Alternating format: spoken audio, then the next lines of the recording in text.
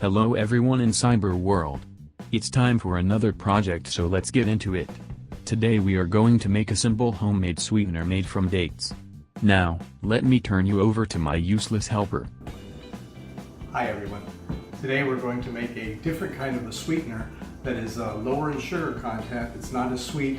It's better than brown sugar, honey, and even the new fad of agave. What we're going to use to make this is dates. Okay. Now, as you probably all know, all fruits have a natural sweetness, and if you wanted to, you could actually puree them all and make them into a consistency similar to honey, and you could then use that in baking. But the problem is, whenever you use a fruit, the flavor of that fruit then gets added into whatever you're making. So if you use pureed apples, surely it'll make a great sweetener without pure sugar, but your goods will all taste like apple. So if you're making cookies or cake, it's going to taste like an apple. So instead, what we found is that dates, although they're a sweet taste, they are lower in sugar, natural, and they don't have a flavor that is transferred over to whatever it is you're baking. So let's get started on this. This is actually really easy. We're going to need 1 cup of dates.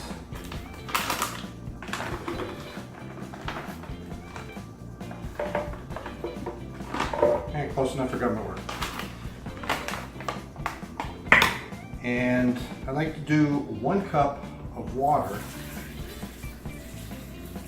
However, what I found is, depending on the dates that you purchased, some of them are more moist than others, and therefore you may have to adjust the amount of water that you use. So start off with maybe a 1/2 cup, 3/4 of a cup, and grind it up first.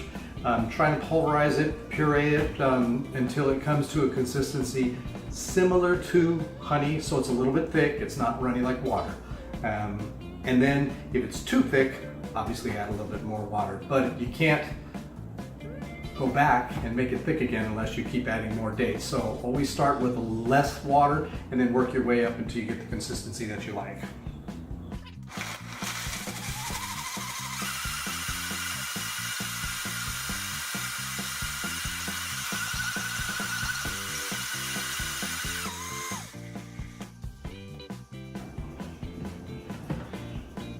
Now, this is an optional thing. You can actually add a little bit, maybe about a tablespoon or less, of lemon juice. What the lemon juice will do is preserve it so that it lasts for longer. Keep in mind, this is basically, it's a date. It's not as though it's something that you can keep around for months and months and months on end. I have found that probably around 10 days time frame, it should be used within that time frame. You can actually use this to sweeten things like coffee. You can use it for cereal, for those who have to add sugar to cereal. But I often use it for baking products. So I'm gonna skip on using the lemon today because it does give a little bit of tartness to it, and I plan on using most of this because after this I'm going to try some new recipes and bake a chocolate cake using the almond flour that I've made, and I've shown that on the previous video as well. And I'll record that and show that on another video at another time. So this actually worked out quite well. I think I hit the right consistency right off the bat, so I don't have to add any more water. But basically, here's what you're looking at. So if your recipe calls for 1 cup of honey or 1 cup of agave, use 1 cup of this and it will be a perfect blend. And I believe you'll find that this adds a real nice sweetness without being too sugary sweet. Okay? And there you have it.